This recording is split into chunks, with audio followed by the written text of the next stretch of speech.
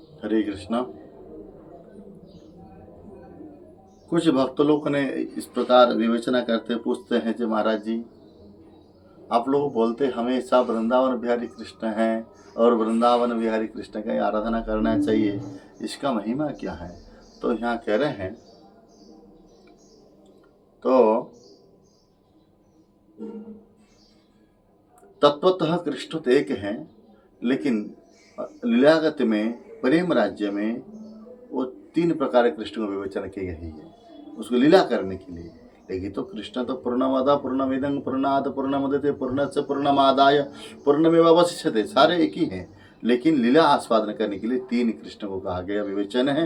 एक पूर्ण कृष्ण, एक पूर्णतर कृष्ण और पूर्णतम कृष्ण है। तो वृंदावन जो कि द्वारिका में रहने वाले जो कृष्ण हैं, जो वो पूर्ण कृष्ण हैं, वो पूर्ण कृष्ण में क्या रहता है? वो कह रहे हैं वो संपूर्ण ऐश्वर्य भरा रहता है, इसके अंदर संपूर्ण ऐश्वर्य है।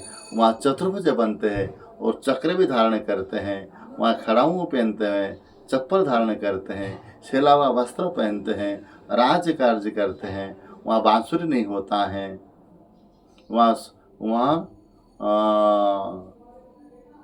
मोर मुकुट नहीं होता है, और राजेश्वर में ठाकुर रहते हैं, वो पूर्ण कृष्ण हैं। और मथुरा में जो कृष्ण रहते हैं वो हैं पूर्णतर कृष्ण हैं।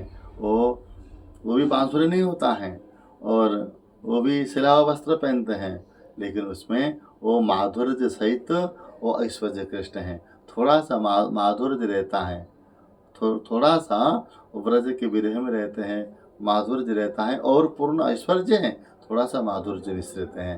वो पूर्णतर कृष्ण हैं। और पूर्णतम कृष्ण जो हैं, वो पूर्णतम कृष्ण वो कह रहे हैं वो संपूर्ण जो पूर्ण माधुर्य मंडित जो कृष्ण हैं, पूरे मधुर लीला करते हैं, वही मधुर लीला करने वाले स्वयं श्याम सुंदर जी हैं। ब्रजेंद्र नंदन कृष्ण वो पूर्णतम कृष्ण हैं। उन्होंने ब्रज में 11 साल 56 दिन तक रहे। कहने का यही तात्पर्य है, जितना दिन तक ठाकुर जी ने ब्रज में रहे तो 11 साल 56 दिन तक। उसके बाद जब मथुरा चले जाते हैं, मथुरा के वहाँ भी रहे 14 साल 14 साल रहे। फिर वहाँ रहने के बाद भी ठाकुर जी ने हमेशा वृंदावन को ध्यान याद करते रहते हैं, विरह में व्याकुल होते रहते हैं। फिर वहाँ से वो द्वारिका चले जाते हैं, द्वारिका में सुवर्ण द्वारिका में रहने पर भी ठाकुर जी ने विभोर हो जाते हैं। कहने का तात्पर्य हम लोग इसीलिए तो हमारे श्रीनाथ चक्रवर्ती पाद ने श्लोक में कहा है, क्या कह रहे हैं?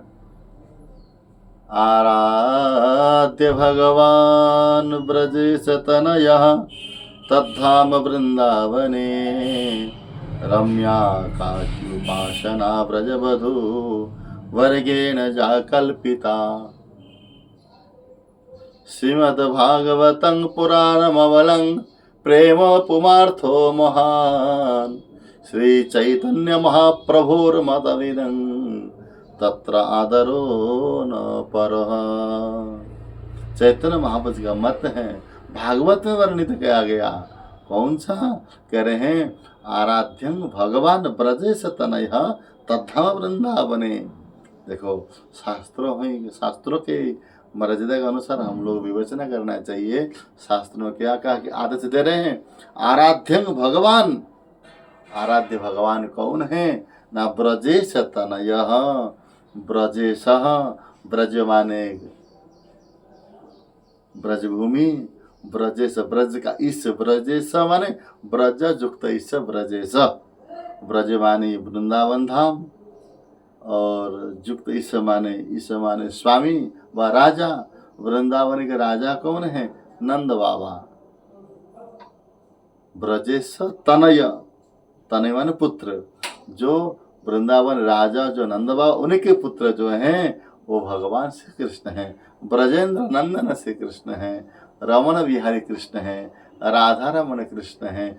जिसके बगल में वामांग में राधा रानी विराजमान होते हैं वही वृंदावन बिहारी कृष्ण हैं, उसको कहा जाता है ब्रजेश तनयः। इसलिए हम लोग हमेशा ब्रज तन श्री कृष्ण का ही, वृंदावन बिहारी श्री कृष्ण का ही आराधना करना चाहिए। तो इसीलिए करना चाहिए क्योंकि वो पूर्ण ईश्वर, पूर्ण माधुर्य में मंडित होकर रहते हैं, पूर्ण माधुर्य में। वृंदावन बिहारी श्री कृष्ण के अंदर कोई भी ऐश्वर्य लीला प्रकाश नहीं होता है। हाँ, जो पुतना बद्ध लीला हैं, जो सकटासुर वध किए हैं, जो रावण को, ये जो कंस को जो वध किए हैं, अघासुर बकासुर वध किए हैं, जो जितने असुर को वध किए हैं, राक्षस को, ये लीला किसने किए हैं?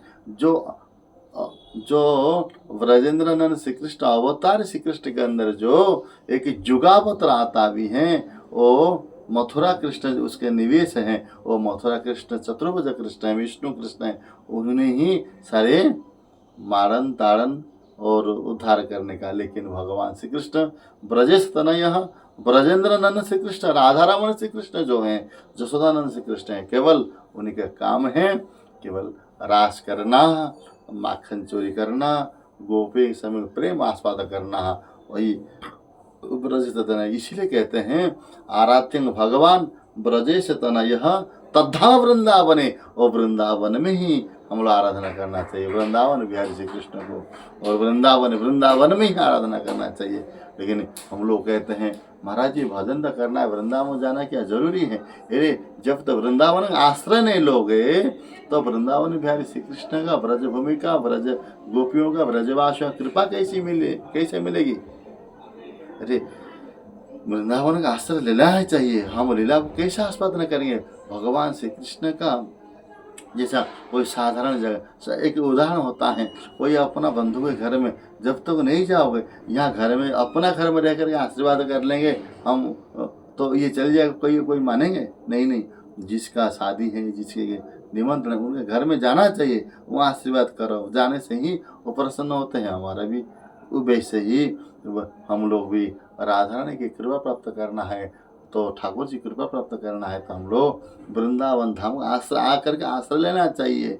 जब तक वृंदावन का आश्रय नहीं तो होगा, इसीलिए कह रहे हैं तद्धा वृंदावन, वृंदावन का आश्रय लेना चाहिए। और वृंदावने गोप्य कांची, जो गोपियों का आश्रय लेना चाहिए। ब्रजवधु, जो ब्रजवासियों की कृपा, गोपियों की कृपा।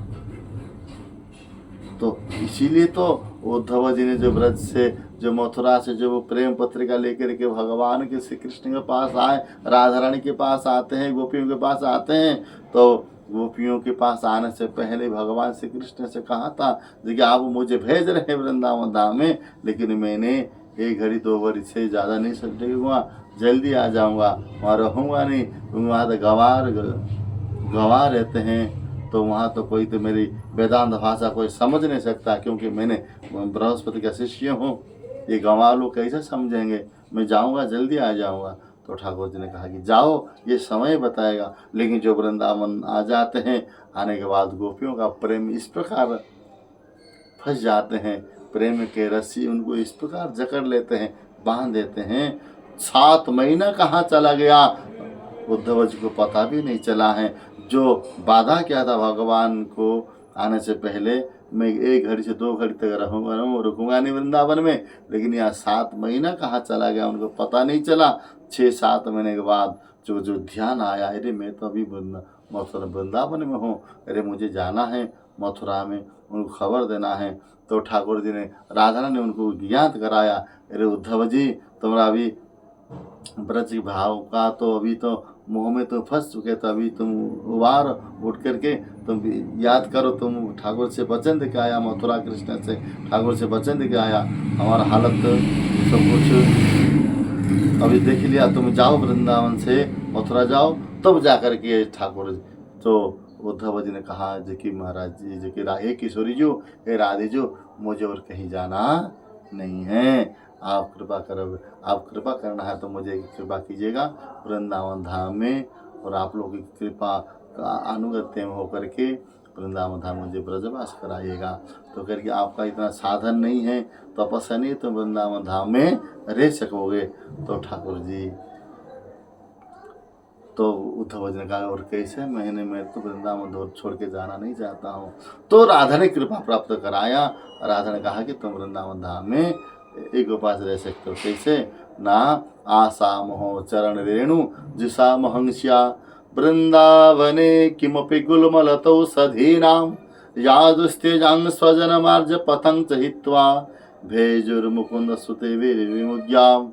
मेरी एक ही प्रार्थना है किशोरियों, मुझे किसी भी तरह मुझे राधा रानी के चरण कमल, आप लोगों के चरण कमल का रज चाहिए। तो तब जाकर संभव होगा ना।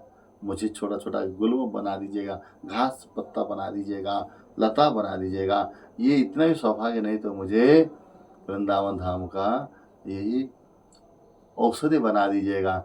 कि ऐसा किसी भी तरह तो मैंने वैसे तो सीधे से बात नहीं कर पाता हूँ राधा रानी का, गोपियों का, ब्रजवासियों का। वृक्ष रूप में बनूंगा तो ये वृक्ष का जड़ पत्ते खाकर कोई सेवा में मुझे स्वीकार भी कर लेगा कोई भी। इसीलिए मुझे वृंदावन धाम में वृंदावन ब्रजवास कराएगा। यही वृंदावन वास का उद्धव जी भी चाहते हैं। इसीलिए आप लोग भी वृंदावन धाम आइए, आकर के वृंदावन आश्रय लीजिए तो कृष्ण प्रेम प्राप्त करेंगे। बोलो वृंदावन भी।